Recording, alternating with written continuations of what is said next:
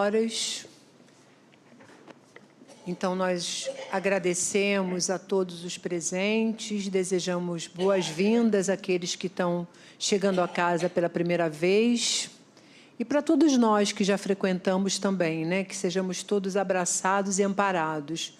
Hoje, quem vai fazer o nosso estudo é o nosso amigo querido, o Afrânio, trabalhador da casa.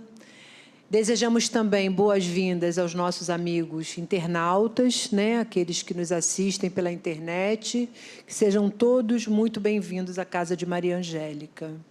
Então, vamos fazer a nossa prece, já envolvidos que estamos nessa ambiência, nesses fluidos renovadores, dessa espiritualidade maior, que nós possamos agradecer, Senhor Jesus, a oportunidade de aqui estarmos nessa casa de tantas bênçãos, nessa casa de tanta luz. Que a nossa querida e doce Irmã Maria Angélica receba os nossos agradecimentos, que Jesus, nosso Mestre, receba também a nossa prece com todo carinho, que nós possamos pedir o envolvimento de todos nós nesse momento tão importante, que é o momento de estarmos aqui em comunhão com o plano mais alto. Agradecemos e pedimos também pela proteção, pelo amparo do Afrânio, para que ele seja envolvido por essas vibrações amorosas, que tenha intuição para o seu estudo, que possa trazer com todo carinho também esse estudo que ele preparou para todos nós. E assim, queridos amigos espirituais, que nós possamos, de nossa parte, aqui com essas pessoas que aqui estão para receber, Senhor Jesus, a Tua ajuda, o Teu amparo, que nós possamos abrir a nossa reunião nesse momento e com muita paz, Senhor. Graças a Deus. Nós vamos ler o nosso preparo, que eu não li, me desculpe. Nós vamos ler o nosso preparo. Desculpa, pulei. Que é uma mensagem psicografada. É uma mensagem psicografada na nossa casa, em 6 de março de 2026. O que buscais? Buscais apenas a cura do corpo físico? Buscais apenas os ganhos da matéria? Buscais apenas acúmulos e supérfluos da riqueza material? O que buscais? Jesus, com outras palavras, mas de forma semelhante, perguntava àqueles que o procuravam: o que queres que eu faça? Olhava no íntimo de cada um e propunha algo transformador para a alma. Reordenava pensamentos, perdoava pecados e trazia a fé como bálsamo curativo. Em nenhum momento ele disse: eu te curei. Dava todas as condições, servindo de modelo e guia, com suas palavras, gestos e atitudes, para que aqueles que o ouviam e o entendiam buscassem novos rumos e pensamentos, e assim a cura da alma acontecia. O convite é de renovação. Meus irmãos, escutai Jesus dizendo: o que queres que eu faça? E refleti: onde estão as vossas cegueiras? Onde estão a paralisia e as chagas que não vos permitem o sair de si? O remédio está em ter a certeza de que sois amados por Deus, que esse amor age em cada coração e que é possível amar o próximo com a mesma intensidade. Aí começa a cura da alma, que depende apenas de vós, pois o amor cobre uma multidão de pecados. Abandonai as chagas da ignorância, os rancores que paralisam e as revoltas que cegam. A renovação do ser é o caminho ao qual todos estão fadados. Dores, aflições e sacrifícios fazem parte da jornada, de forma terapêutica e pedagógica. Mas Jesus, o grande médico das almas, vem trazendo o remédio que vos há de curar. Mensagem de um trabalhador de Ismael. E assim, já envolvidos, nós vamos dar início à nossa reunião pública, pedindo que Afrânio seja muito amparado nesse momento de estudo, que traga o que a gente precisa ouvir. Graças a Deus. Boa noite a todos. É um prazer muito grande estar aqui. Agradecer a oportunidade da casa, da gente poder estar conversando um pouquinho sobre essa doutrina espírita, essa doutrina que traz para a gente tantos ensinamentos, né, e tantos esclarecimentos e tantas respostas para tudo aquilo que a gente busca, né? Então, mais uma vez, boa noite aos irmãos encarnados, os irmãos desencarnados, que também estão aqui presentes, aqueles que nos assistem também pelo nosso canal do YouTube. Além da oportunidade, também a alegria muito grande de estar aqui no meio de tantos amigos, né, tantos conhecidos, nós que estamos sempre nos encontrando nos dias a dias da casa, sejam nos trabalhos, nos cursos, né, nos trabalhos voluntários aqui na casa, nos lares, né, como a Sônia trouxe no aviso, a casa está sempre, dessa vez mais do que nunca, precisando de voluntários, né? Então, quem está cursando, quem está estudando na casa, é uma oportunidade imperdível de poder trabalhar estar junto nesse trabalho voluntário junto conosco, né? Aqui, quem está fazendo o curso na casa? Ainda tem bastante gente, mas ainda tem oportunidade de muitos ainda. Nós temos o curso do Evangelho, que ele fica aberto durante as matrículas dos cursos, já se encerraram, mas a gente tem o curso do Evangelho, que ele fica aberto durante todo o ano. Então, qualquer hora, qualquer momento, pode chegar à casa e frequentar o curso. Eu falo dessa frequência dos amigos aqui presentes, de todos os trabalhos que a gente faz na casa, porque a gente vai ver como é que isso é importante.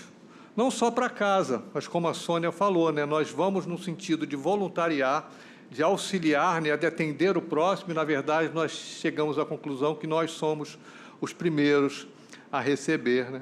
E, além desse trabalho voluntário, todo esse convívio que a gente cria dentro dessa casa, que a gente chama da nossa família SEMA. Hoje aqui é um estudo, né, uma palestra, eu falo que eu não sou um palestrante, eu gosto de falar, me dão um tema, botam um microfone na minha frente, eu não tenho muito o que fazer, né? Então eu vou só falando. Não é um curso como a gente está acostumado na casa, porque no curso a gente consegue fazer perguntas, fazer questionamento, esclarecer algumas dúvidas, né? E é importante para a gente poder entender um pouco mais de toda essa doutrina espírita. Mas por que eu estou falando tudo isso, né? Porque justamente para a gente poder tentar entender como é que funciona esse convívio nosso no dia a dia, o quanto de crescimento essa troca traz para a gente.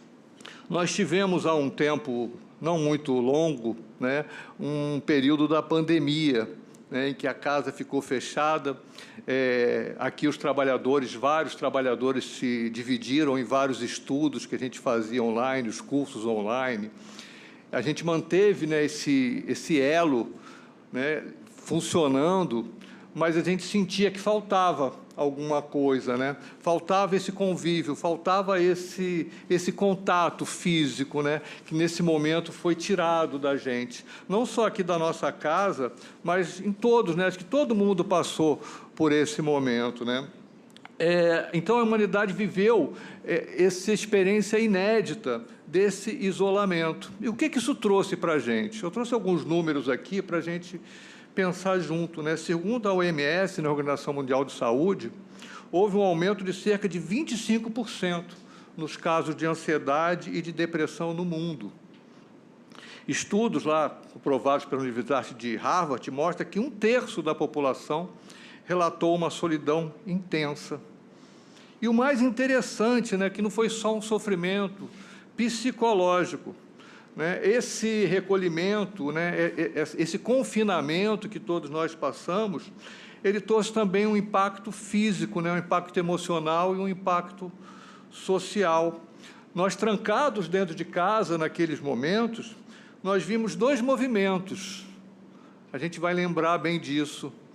Nós vimos famílias que aproveitaram esse momento para se aproximarem mais, mas também nós vimos muitas famílias que entraram em conflitos por essa convivência obrigatória, né?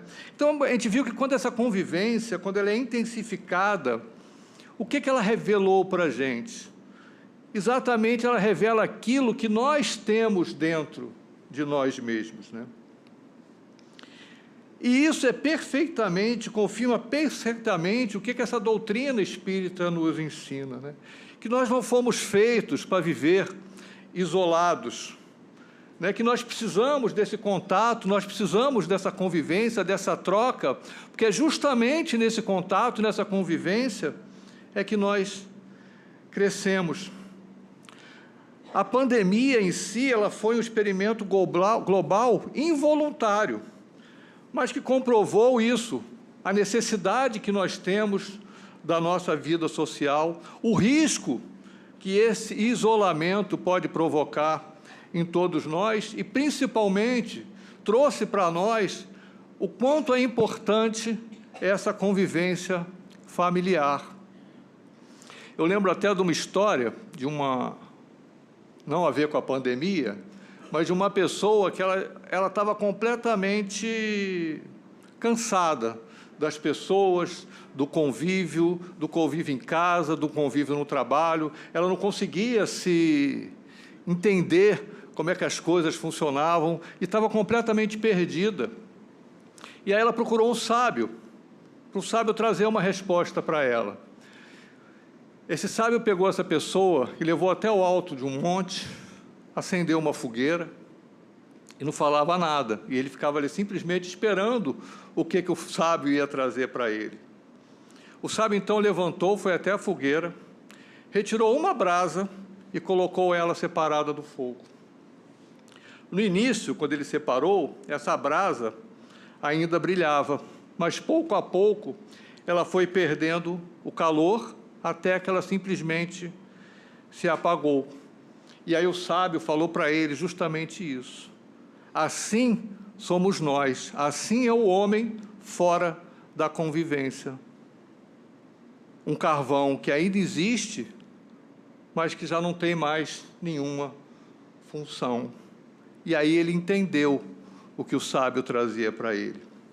O nosso tema de hoje, ele está no Livro dos Espíritos, no capítulo 7º, dos itens 766 a 775. E nós vamos tratar basicamente disso, da necessidade da vida social. Vamos falar um pouco também sobre essa vida de insulamento, essa vida isolada, o voto de silêncio e também sobre os laços de família. Nessa parte do Livro dos Espíritos, lá na parte 3ª, logo no capítulo 1, nas questões 614 e 615, né, Kardec vai perguntar aos espíritos que a gente deve entender por leis naturais. Esse capítulo, essa parte do livro, ele vem trazendo justamente essas leis naturais. São várias, né? Tem a lei do trabalho, a lei da conservação, né? E nós vamos tratar hoje da lei de sociedade, né? Então, Kardec pergunta o que a gente deve entender como uma lei natural. O que quer dizer isso? O que é uma lei natural? Né? Os Espíritos respondem a Kardec que natural é a lei de Deus, a única verdadeira para a necessidade do homem, que indica-lhe o que fazer ou deixar de fazer. É um roteiro de vida para a gente. E os Espíritos avisam para a gente ainda que nós só somos infelizes, só é infeliz quem se afasta dessas leis. E Kardec pergunta também se essas leis naturais, essas leis divinas, essas leis de Deus, se elas são eternas e imutáveis, assim como Deus. E os Espíritos respondem, então, que sim, que elas são eternas e imutáveis, assim como Deus. Agora, lá no nosso estudo, já entrando na parte da lei das sociedades, na primeira questão, na questão 766, Kardec vai perguntar, então, se essa lei da sociedade está na natureza. E os Espíritos respondem com muita clareza que sim, que está na natureza e que Deus fez o homem para viver em sociedade. Deus não nos deu inutilmente a palavra e todas as demais faculdades que são inerentes a nós, que são necessárias para a vida de relação, sem nenhum motivo.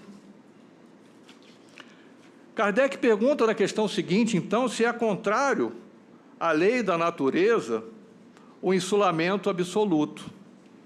Então, a gente está indo contra a lei quando a gente se isola, quando a gente vai para um momento de insulamento total. E os espíritos respondem que, sem dúvida, pois que por instinto, os homens buscam a sociedade e todos devem concorrer para o progresso, auxiliando-se mutuamente. Então, Kardec nos mostra que é necessário esse convívio, é necessário esse relacionamento. Se nós estamos aqui hoje encarnados, nesse planeta, nesse mundo, com a finalidade de evoluirmos, de crescermos, nós precisamos justamente do outro. Para que a gente coloque essa ferramenta em uso, a gente vai trabalhar justamente o quê? Essa convivência, esse relacionamento com o próximo, com os outros. No livro Céu e Inferno, no capítulo 3, Kardec nos diz o seguinte, eu vou ler esse texto, está lá no livro Céu e Inferno. A encarnação é necessária ao duplo progresso moral e intelectual do espírito. Então, essa convivência, essa troca, esse relacionamento, ele vai nos trazendo o nosso crescimento, tanto intelectual, como também o crescimento moral. Nós não vamos aprendendo com contato com os outros, nós nos vamos nos burilando, nos melhorando, ou pelo menos deveríamos fazer assim, através do contato com o outro. Se nós estivermos isolados, sem contato, como é que nós vamos colocar isso em prática?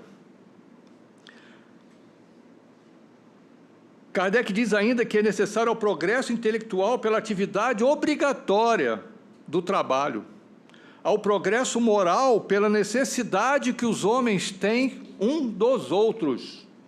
Nós precisamos dos outros. Os outros são necessários para a nossa caminhada, para o nosso crescimento. Da mesma forma que nós auxiliamos os outros, nós também somos auxiliados o tempo todo. Então, é importantíssimo esse contato. A vida social é a pedra de toque das boas ou das más qualidades. Que nesse relacionamento, nós não fazemos só coisas boas, nós também fazemos coisas más. Kardec traz, então, a bondade, a maldade, a doçura, a violência, a benevolência, a caridade, o egoísmo, a avareza, o orgulho, a humildade, a sinceridade, a fraqueza, a lealdade, a má-fé, a hipocrisia. Em suma, tudo que constitui o homem de bem ou o homem perverso tem por móvel, por alvo e por estímulo a relação dos homens com os seus semelhantes. Para o homem que vivesse isolado, não haveria nem vícios e nem virtudes. Se pelo isolamento ele se preserva do mal, por outro lado, o bem se anula. Na questão 768, Kardec pergunta, voltando aqui ao Livro dos Espíritos, se o homem tem que progredir insulado, não lhe é possível. A resposta dos Espíritos, por não dispor de todas as faculdades. E os Espíritos respondem justamente isso: como progredir sem interagir com o próximo? Como é que vamos desenvolver essas nossas habilidades? Por que Deus nos concedeu, todos nós nascemos simples e ignorantes, mas Deus nos concedeu o que? O princípio inteligente, justamente para que nós possamos nos diferenciar dos demais, nos diferenciar dos animais que se movem e que se agrupam por instinto. Mais na frente a gente vai ver que Kardec também trata desse ponto, nesse capítulo.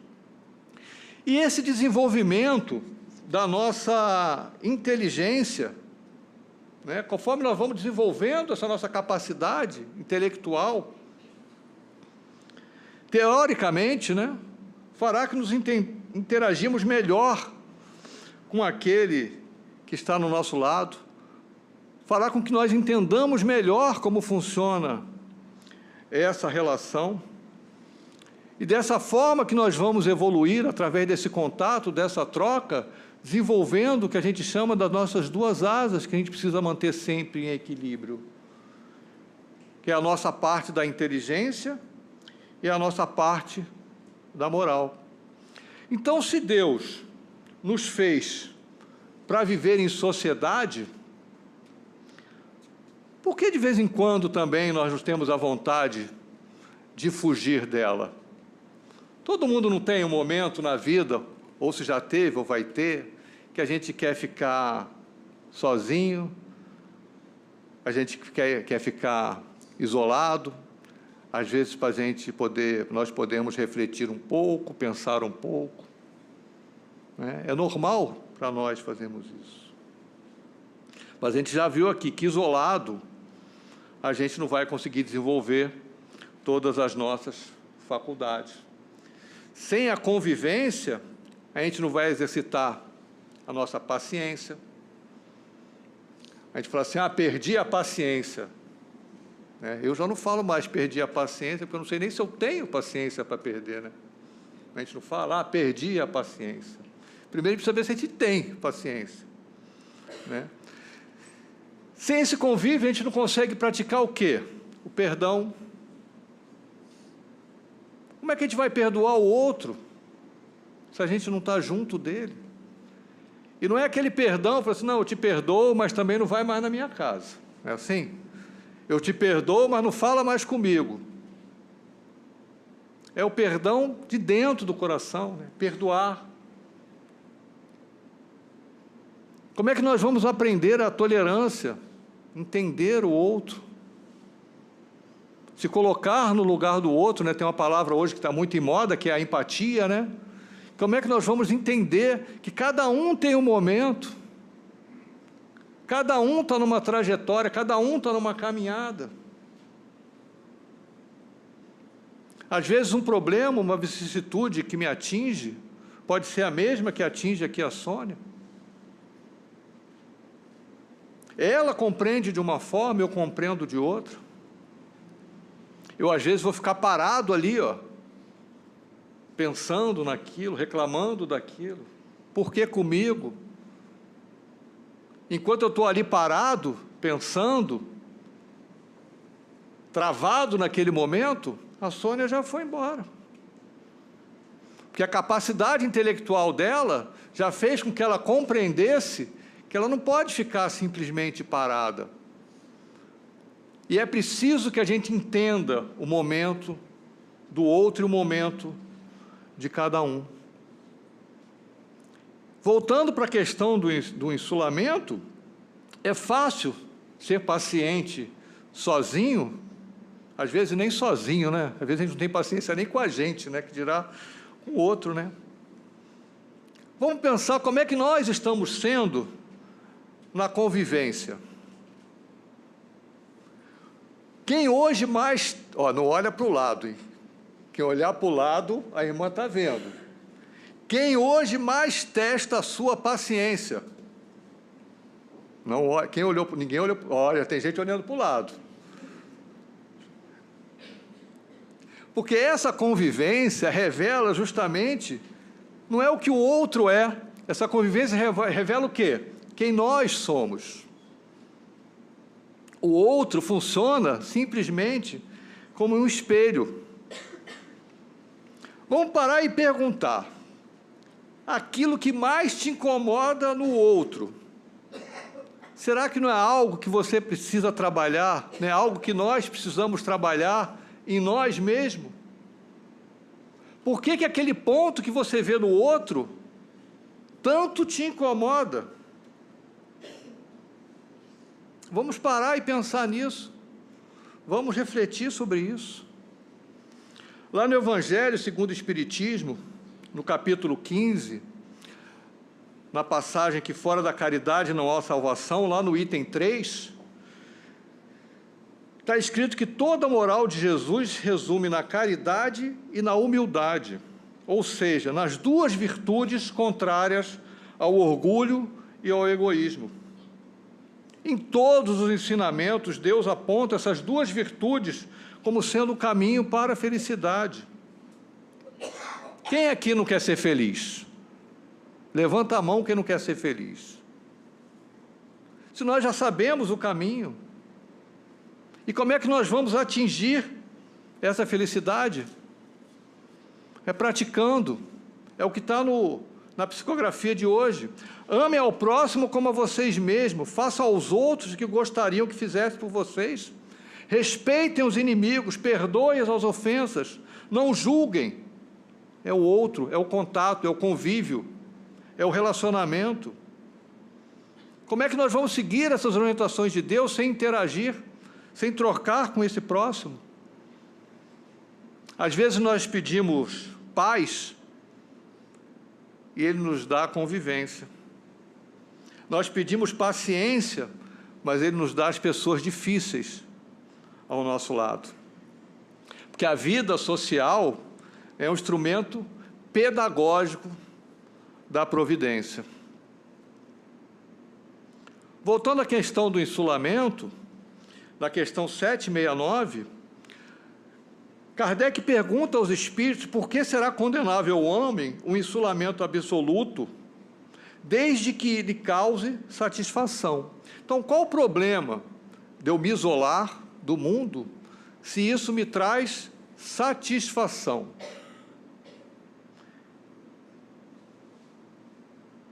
E os espíritos respondem com uma frase bem curta: é uma satisfação egoísta.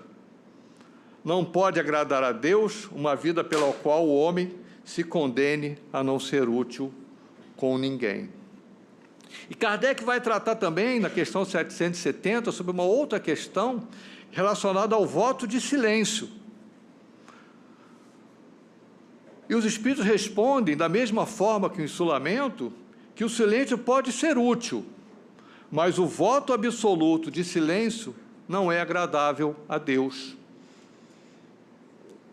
E tratam isso como um duplo egoísmo. E por que isso? Porque uma das ferramentas que Deus nos deu foi justamente o que? A palavra. A palavra é a nossa ferramenta de progresso coletivo. E quando eu digo a palavra, não é simplesmente o que a gente fala, é o que a gente expressa, às vezes através de um olhar, às vezes através de um pensamento. Hoje aqui nessa palestra só eu estou falando, mas o pensamento de vocês, de uma certa forma, chega também até nós. E dessa forma nós vamos trocando essas informações. Kardec pergunta, então, não será meritório esse retraimento se tiver por fim uma expiação, buscando aquele que busca uma privação penosa. Então, eu estou me isolando, estou fazendo esse voto de silêncio, buscando uma privação que venha atender a uma expiação. E os espíritos, mais uma vez, vão responder a Kardec: fazer maior soma do bem do que o mal, isso em si já constitui a melhor expiação. Então, é nos colocando na sociedade, é nos colocando em contato com os outros e buscando nos melhorar dessa forma. No livro Pensamento e Vida, Emmanuel traz que a palavra é uma força criadora, plasmando o bem ou o mal.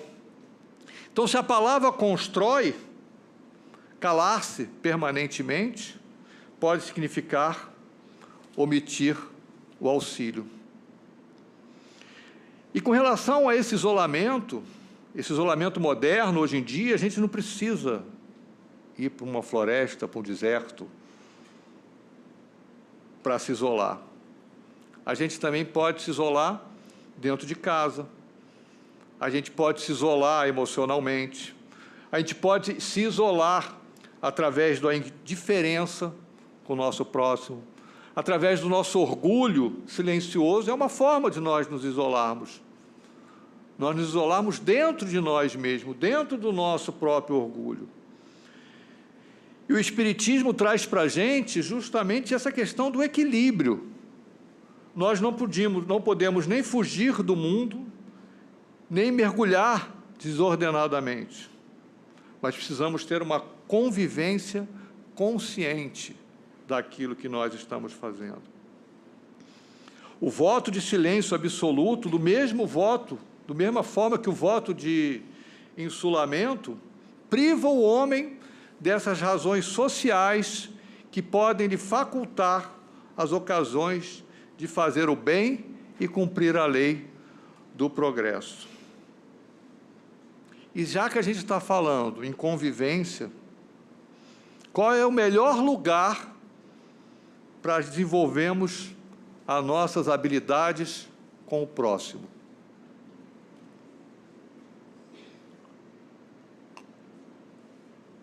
Minha esposa veio hoje na palestra, eu até tentei convencer ela a não vir. Porque eu vou ter que falar algumas coisas aqui, quando acabar a palestra, quando eu for para casa, já vou escutando no carro, né? Ela vai falar assim, eu queria conhecer ele, mas eu ainda não conheço. Domingo passado teve uma palestra no Lara, e também foi sobre família, né? E o nosso amigo que fez a palestra, a esposa dele também estava junto, né? Na saída do Lara, eu encontro o casal caminhando, eu já vendo a cara dela, ainda perguntei para ele, você quer que eu dê uma carona para tua esposa? Que pelo menos eu te livro até em casa, né? Então vai ser complicado. E ela, além de vir também, ainda trouxe o irmão, o cunhado. Então, você imagina a minha situação, né? Mas a gente vai falar de família, a gente entra no ponto mais profundo aqui do nosso estudo, né? A gente vai falar sobre reencarnação e família, né? Na questão 773, Kardec vai perguntar por que é que entre os animais, os pais e os filhos deixam de reconhecer-se desde que esses não precisem mais de cuidados, né? Não são assim os animais? Eles criam um determinado ponto, depois seguem a sua vida. Os espíritos respondem que os animais vivem vida material e não moral. A mãe, por instinto, tem o cuidado e a conservação dos seus filhos enquanto necessário. Logo que eles podem cuidar de si mesmo, ela já está com a tarefa concluída. E a gente vai ver nesse estudo que esses laços de família, eles não são simplesmente destruídos pela reencarnação. Até pelo contrário, conforme as nossas várias encarnações, esses laços de família, eles vão cada vez mais se tornando mais fortes, né? Isso significa que essa nossa família é um eterno reencontro, onde nós vamos estar sempre reencontrando esses espíritos conhecidos. A gente já está pensando, né? Ai, meu pai, de novo. A família não é simplesmente uma coincidência biológica. Ela, na verdade, é um encontro, é um reencontro espiritual. É uma trama, né? A gente está acostumado a ver em novela, como é que tudo é organizado, né? Tudo é... Então, assim, eu não pedi para nascer nessa família. Pediu, sim. Eu não pedi para casar com você. Pediu, sim. E se não resolver nessa, vai voltar na outra, hein? Então é melhor a gente resolver, né? Eu não pedi para ter um irmão assim. Pediu, sim. Na questão 774, quando Kardec fala, então, que os laços de família são uma lei da natureza, os espíritos falam isso para Kardec. E se é lei natural, é uma lei de quê? De evolução, um instrumento de evolução coletiva. Para a gente falar que tudo isso é muito bem planejado, no livro Missionários da Luz, a gente vai ver como é que André Luiz, né, uma obra psicografada por Chico Xavier, uma das obras de André Luiz, quem tiver a oportunidade de ler, não só esse livro, mas toda a obra de André Luiz, a gente vai ver como é que funciona, como é que é feito no mundo espiritual esse planejamento de todas essas reencarnações, né? André Luiz nos traz que os lares são descritos como oficinas santificantes e que nós não estamos na família por acaso. Nós estamos por amor antigo, compromisso, reparação. Não olha para o lado. Não olhem para o lado. Ou por missão. André Luiz, então, nesse livro, ele acompanha uma equipe espiritual encarregada de preparar uma reencarnação. O espírito que vai reencarnar é o espírito de Segismundo. O lar escolhido para que esse espírito reencarne é o lar de Adelino e Raquel, um casal que já encontra-se encarnado, aguardando Segismundo como um filho. E aqui está o ponto central da história. Segismundo não está indo para a casa de Adelino e de Raquel por acaso. Ele possui débitos graves com eles, débitos do passado que ele adquiriu com aquele grupo familiar. Houve desentendimentos, desequilíbrios em vidas anteriores. Não é uma família qualquer, é um reencontro necessário. Esse planejamento foi tratado e combinado com os três na erraticidade, os três como espíritos. E Adelino e Raquel, então, aceitam receber Segismundo como seu filho para dar continuidade a esse processo de reparação. A espiritualidade, André Luiz relata isso para nós, organiza tudo. O momento da concepção, a aproximação do espírito, a preparação vibratória de todo esse ambiente para receber Segismundo. Mas acontece que nem todos estão plenamente harmonizados com esse projeto. Apesar de terem se comprometido na espiritualidade, ao reencarnar, esse véu que nos cai faz com que Adelino, o futuro pai de Segismundo, apresente resistências inconscientes. E isso pode atrapalhar todo esse processo. E a espiritualidade, então, atua nesse processo, nesse planejamento. Isso nos mostra algo muito profundo, que mesmo com planejamento espiritual, mesmo com a espiritualidade atuando, o livre-arbítrio, no caso de Adelino, e essas influências, essas emoções, ainda influenciam muito a esse projeto. André Luiz traz isso com uma riqueza de detalhes, mostrando desde quando Segismundo é gradualmente aproximado, quando seu perispírito, então, ele é reduzido, ligado ao corpo em formação, mostrando para nós que esse processo não é automático, que esse processo ele exige essa experiência espiritual, exige essas condições emocionais do lar. É todo um processo. A nossa família, o que nós temos entre nós, os nossos queridos, todos nós passamos por um processo semelhante. Foi tudo muito bem planejado, muito bem estruturado, muito bem pensado. Muitas das vezes nós participamos desse planejamento. Se nós tivermos essa condição evolutiva de ter participado do nosso planejamento, é um compromisso que nós assumimos conosco mesmo.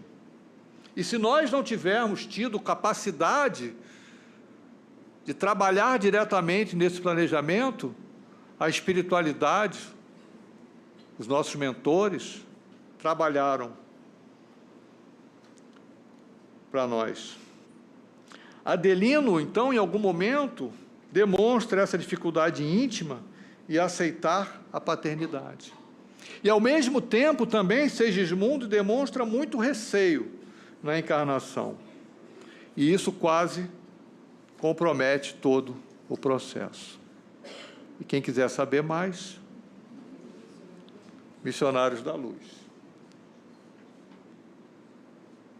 Então, a gente vê que os benfeitores atuam em toda essa formação desse núcleo familiar, né? Trabalhando, harmonizando esse ambiente, auxiliando emocionalmente, sustentando esse processo reencarnatório. Isso mostra para a gente que essa reencarnação, esse membro que nós recebemos na nossa família, no caso, um filho, é tudo um trabalho coletivo, que envolve um grande esforço espiritual e humano. Nós não estamos numa família por acaso. A gente precisa entender isso. E as dificuldades de relacionamento, de convívio, é que a gente precisa entender e tentar, no máximo possível, aparar todas essas arestas enquanto ainda temos tempo, enquanto aqui estamos encarnados, para que não nos agravemos mais ainda essa situação. Espírita tem mania de falar que, não, deixa para a próxima encarnação, não é assim? A gente aparece alguma coisa para, não, na próxima encarnação eu resolvo. Então, a família é organizada com base nas nossas necessidades espirituais, da necessidade de cada um daqueles membros que ali estão. Nesse caso, Segismundo não volta como inimigo, ele volta como um filho. Olha a sabedoria divina, a misericórdia de Deus que dá essa oportunidade. Aquele que era rejeitado como um adversário, recebido talvez como um filho. Ele vai receber o amor dos pais e principalmente o amor da mãe, que vai suavizar todas essas resistências e criar as oportunidades necessárias para essa reconciliação. Essa história exemplifica para a gente porque que às vezes dentro de uma família, dentro da mesma família, às vezes espíritos tão diferentes, porque ali às vezes não estão apenas afinidades, às vezes não estão apenas reencontros, às vezes estão ali reajustes. A gente vai ver dentro de uma família uma grande oportunidade de evolução. Deus transforma antigos conflitos em laços familiares, para que o amor faça com que o orgulho, a vaidade, o egoísmo se extingue pelo amor da família. E se dentro da sua família também houver um Segismundo? A gente já parou para pensar? Não tem sempre alguém que a gente não consegue se... né? Não bate, né? Fala assim, o meu santo não bate com o dele, deixa o santo de fora. O santo não tem nada com isso. O problema é com a gente mesmo. Né? Então, será que tem algum Segismundo na nossa família? E se a gente pensar que, às vezes, esse relacionamento difícil, na verdade, é só uma grande oportunidade que nós temos de reconciliação. Então, saiamos daqui hoje pensando nisso. Na última pergunta do nosso estudo de hoje, na pergunta 775, Kardec pergunta qual seria para a sociedade o resultado do relaxamento dos laços de família. O que significaria para a sociedade se nós deixássemos de lado esses laços de família? E a gente sabe que isso é muito comum, né? Principalmente pais que se afastam. E os espíritos respondem que isso seria simplesmente uma recrudescência do egoísmo. Então, meus irmãos, vamos pensar nisso. O lar é o primeiro educandário da alma, onde Deus nos ensina, pouco a pouco, a arte de amar. Muito obrigado e muita paz a todos.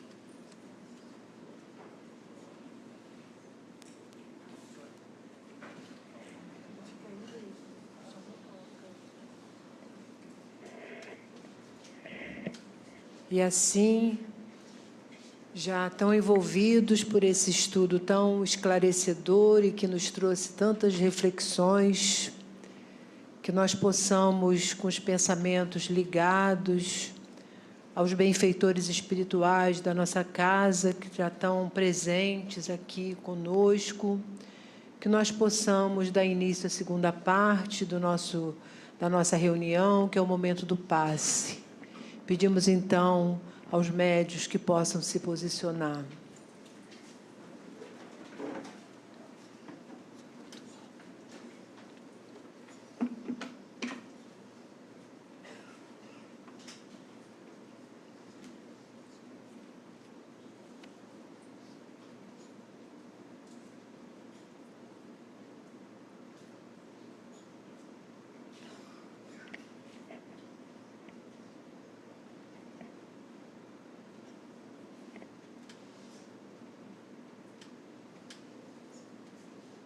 Não sei.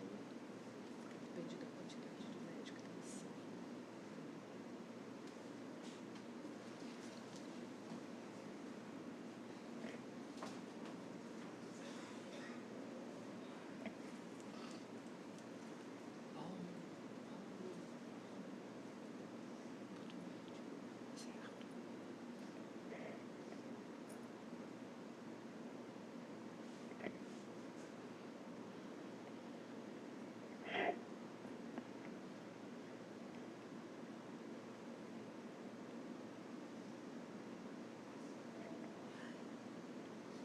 Lembremos que o passe é um momento só nosso, que nós deixemos para a prece final, para pedir pelos nossos queridos.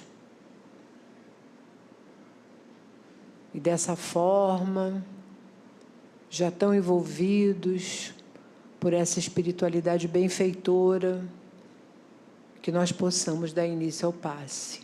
Graças a Deus.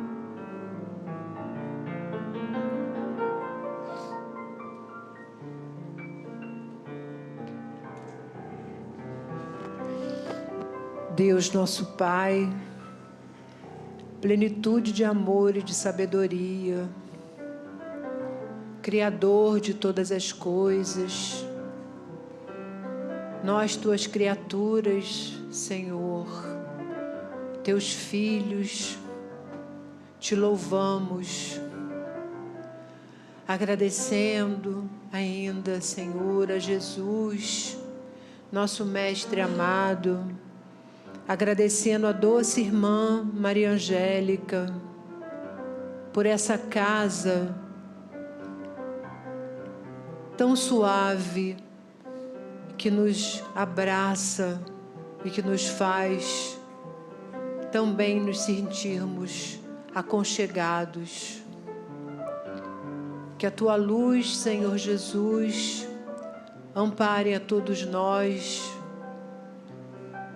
que toda a alegria do seu coração, que toda a paz que emana de ti e desses benfeitores aqui presentes, possa estar envolvendo a todos nós aqui, Mestre, que possamos levar conosco no coração a serenidade, o entendimento, levar em nós, Senhor, um pouco de Jesus, sairmos daqui renovados, em prece de agradecimento por tantas bênçãos recebidas.